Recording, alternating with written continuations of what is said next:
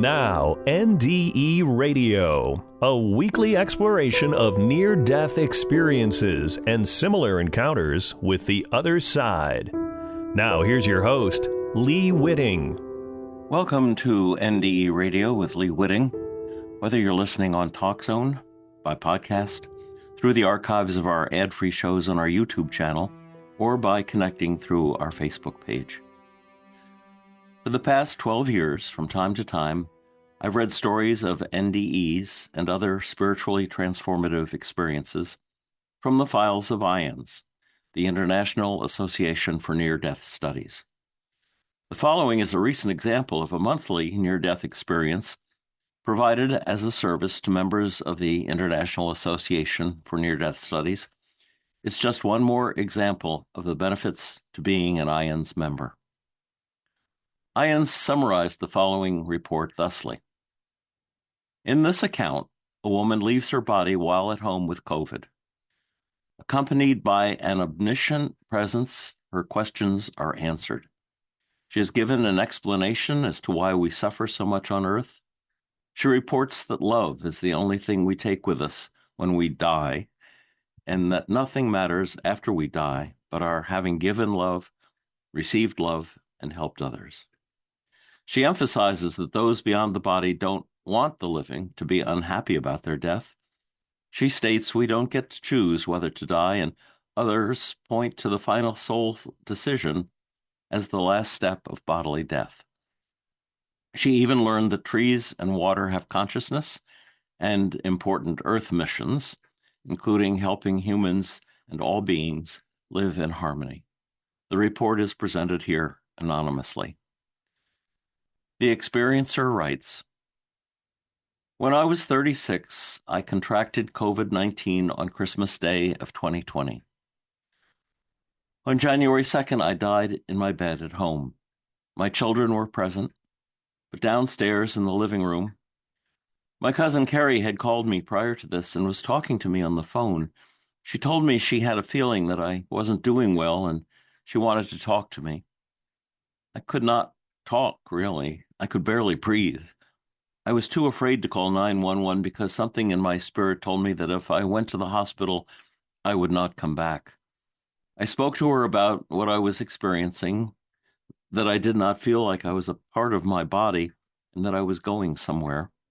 The last thing I remember is her telling me to not go anywhere, to stay here, that I have to raise my children and that everyone here loves me. The phone call ended. I closed my eyes and couldn't breathe anymore. I wasn't afraid. I was tired. Suddenly, I am in the place I call death consciousness. It's a darker place, one of shadows, a shadowland. I can see various landscape differences like hills and valleys, but it is many dark colors and shades. I am not afraid. In the near distance, a little to the left, I can see a horizon that looks like the combination of a sunrise and sunset. This is what I call beyond consciousness. It's the most beautiful place I've ever seen. The warmth that I feel from that place is greater than, but similar to, the comfort of a warm blanket, being snuggled, safe in bed to rest. But also, imagine entering a room full of everyone you have ever loved before. It is pure love. And I remember feeling like that is where everyone is, and I need to be there, almost like it was a party. That is where I am going. I want to be there. It was so relieving to feel it, but I wasn't there yet. I had a distance to walk in death consciousness. There was no physical person there as a guide, but I wasn't alone. I didn't feel alone. And then I realized I could ask whatever I wanted to know and get answers. I am an inquisitive person by nature anyway, so this was like being a kid in a candy store. I had access to omniscience, total omniscience. I was outside of me and inside of me. It was everywhere. I wasn't moving, but I wasn't allowed to go further. I didn't have a body, but I was me. I asked this omniscient presence about many things. It was like a voice, but it wasn't a human voice. It was like telepathic communication in my mind. I asked about where I was. I learned that when you are in death consciousness, you can feel how tired your body is, but the pain caused by dying isn't fully registered in your consciousness, so there isn't much suffering. Many dying people seem to be unconscious during this period when viewed by those still living in living consciousness. But those in death consciousness are still present. They can hear you speak, they can feel your touch, and they can understand what you say from your heart in love. Also, understand that those in death consciousness do not want those left in living consciousness to suffer from their transition. In fact, we don't want you to suffer at all, because once you comprehend levels of consciousness beyond living, you understand how little earthly things actually matter. We also understand how much human beings in living consciousness suffer, either by self-infliction or by the hand of someone else. And that suffering isn't connected to a spiritual karma beyond the living. Therefore, phrases like, you reap what you sow, is very much a living consciousness concept. It does not come with you when you die. Love is the only thing that can cross transitional levels of consciousness. The love you give and the love you receive can pass with you into death consciousness and join into the beyond. While I didn't end up making it to the beyond, though I yearned to be there with great emotional depth and longing, that is where I knew I would finally belong. I knew that I had lives near me and with me telling me to stay in living consciousness, so I stayed. I didn't want to stay. I did not have a choice. I also asked this omniscience about living consciousness, about why we suffer so much here on earth in this life. I have experienced in my life and seen others experience such great amounts of suffering. I was told that living consciousness is one of so many lies, so many stories, so many details, and absolutely none of it matters. Much of it is made up by other living beings that want rules, regulations, and controls over every other living being. Once you realize this, none of it matters. I've tried to explain this to other people, but I have been called crazy. People who have not experienced death consciousness cannot perceive anything beyond living consciousness and what matters to the living. While in death consciousness, I learned about beings on this planet Earth that have their own field of consciousness that many humans do not know about. Many worldwide indigenous peoples and shamans know about these alternate fields of consciousness, though.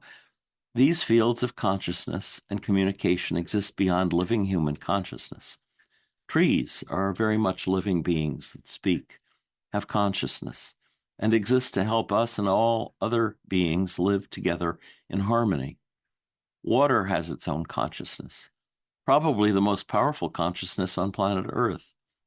And so when you hear the Lakota phrase that means water is life, it is not just life. It is not here to keep us and other beings alive. It has its own consciousness and carries all answers to any single question you could ever ask about anything, living, dying, and beyond. All you have to do is ask and listen. One more thing, I also learned that living humans do not actually get to choose whether to die. This applies even to those who commit suicide. I was also assured that no matter what the details look like in living consciousness, and I dare say even murder, no one human being gets to actually choose death for another living being. Death happens to us all in various ways, and we must always honor that transition because it is sacred, beautiful, and justified spiritually, even if we do not understand it from our own living consciousness. I realize this is a difficult topic for those still processing pain and suffering from having lost a child, a beloved, a mother or father, an elder or a best friend, especially caused by the hands of some other human being. When you are dying, you are not thinking of yourself.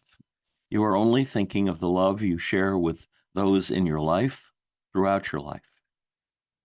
It is all there, even the love of pets, plants, the earth, the water, only the love. And when you die, you aren't missing that love or scared to lose that love because the love is with you. It is you. It is very real. And so it is almost as if you are kind of looking down or upon or through love.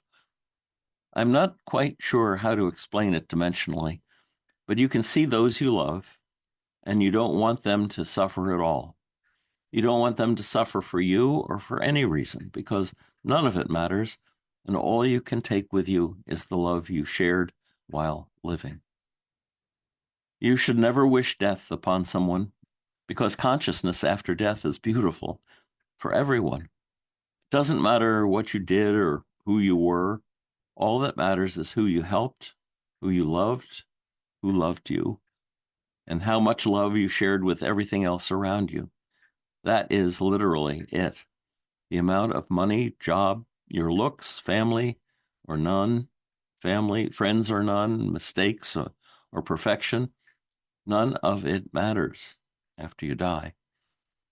You won't remember any of those details. They don't exist where you go. They can't cross the threshold of death or beyond consciousness. And you don't have a body. There aren't shapes like in living consciousness. There is just consciousness. And consciousness isn't like thought or opinion or feelings. Consciousness is just present existence, like when you take a breath and you are aware you took a breath, or when you laugh so much over anything. That place of consciousness where you are so filled with laughter and joy and relaxation and exasperation and utter jubilation continues to exist. And when you remember that from time to time, that is consciousness existing in the present. It is sort of like a memory, but in the present moment. That is the only way I can explain how it continues to exist.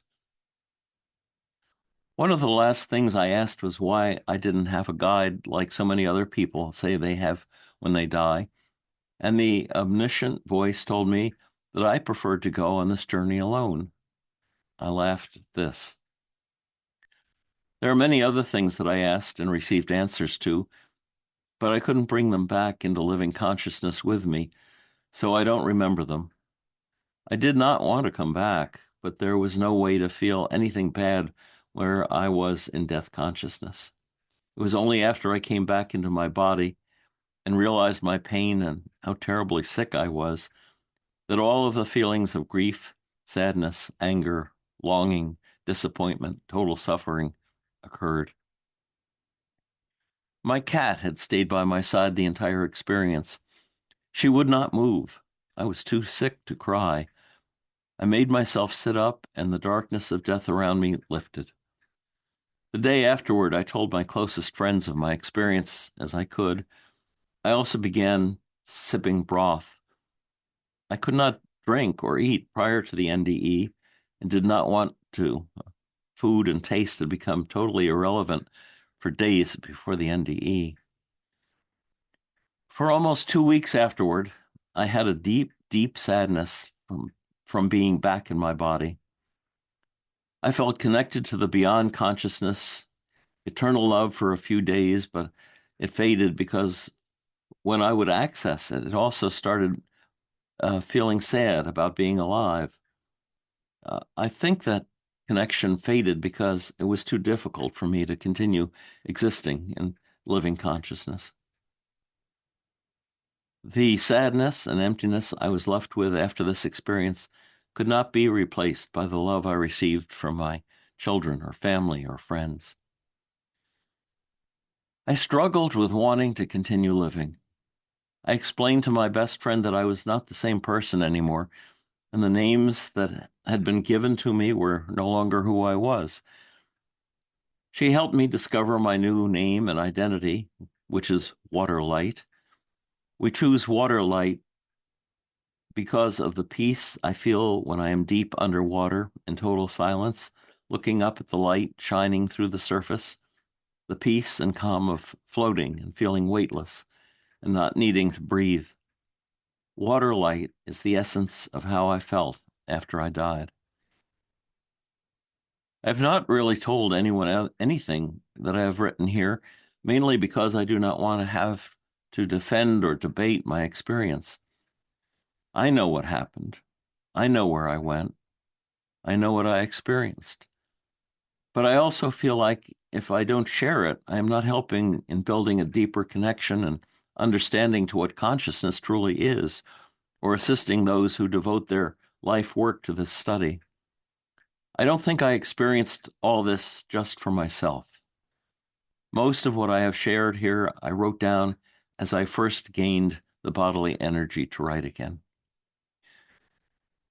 Because of this experience, I've decided to help devote my academic journey, creativity, voice, research skills, and writing to help build the bridge between Western science and traditional ecological knowledge to help this planet, humanity, and more than human life prosper.